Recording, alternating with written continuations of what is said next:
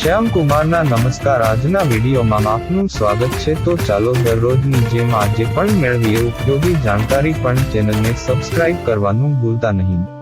ગરમીમાં દરેક લોકોએ કાકડીને ડાયટમાં એડ કરવી જોઈએ। કાકડી ખાવાથી હેલ્થને અનેક ઘણો ફાયદો થાય છે, પરંતુ કાકડી કડવી નીકળે તો ખાવાનો મૂડ બગડી જાય છે। આમ તમે આ ટિપ્સથી જાણી લો કાકડી કડવી છે કે મીઠી। ગરમીના દિવસોમાં કાકડીની ડિમાન્ડ વધી જાય છે। ગરમીમાં તમે કાકડી ખાઓ છો તો હેલ્થને અનેક ઘણા ફાયદાઓ થાય છે। આ સાથે કાકડી ખાવાથી સ્કિન પણ મસ્ત થાય છે। કાકડી એક નહીં પરંતુ અનેક ગુણોથી ભરપૂર હોય છે।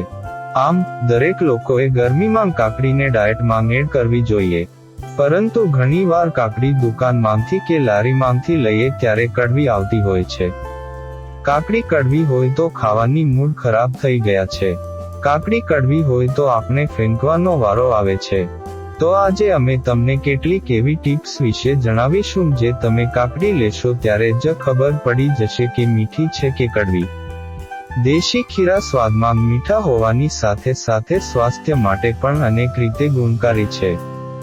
કડવા ખીરાથી બચવા માટે ખરીદતી વખતે ખાસ કરીને એની છાલ પર ધ્યાન આપો। છાલનો રંગ વધારે ડાર્ક અને વચ્ચેથી પીળો અને દાણેદાર છે તો સમજી લો આ દેશી ખીરા છે। દેશી ખીરાનો સ્વાદ કડવો હોતો નથી। ખીરા કાકડી લેતી વખતે હંમેશા સાઈઝ પર ધ્યાન આપો।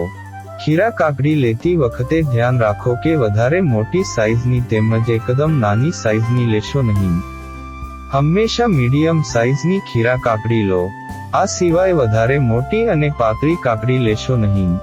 મોટી કાકડીમાં બીજ વધારે હોઈ શકે છે, જેના કારણે પાતળી ખીરા કાકડી કાચી અને કડવી નીકળી શકે છે। ખીરા કાકડી ખરીદતી વખતે એને થોડી દબાવીને ચેક કરો।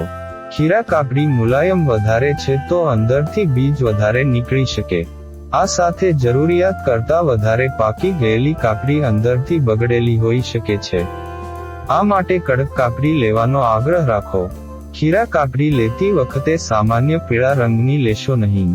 આ કાકડી વાસી હોઈ શકે છે। આ સાથે જે કાકડી પર સફેદ લાઈન છે એ લેવાનું ટાળો। આ ટાઈપની કાકડી સ્વાદમાં કડવી હોઈ શકે છે। આમ તમે કાકડીમાં આ વસ્તુઓ જોઈ લેશો તો ખબર પડી જશે કડવી છે કે નકલી। આમ તમે લારી તેમજ દુકાનમાં ટેસ્ટ કરીને પણ ચેક કરી શકો છો।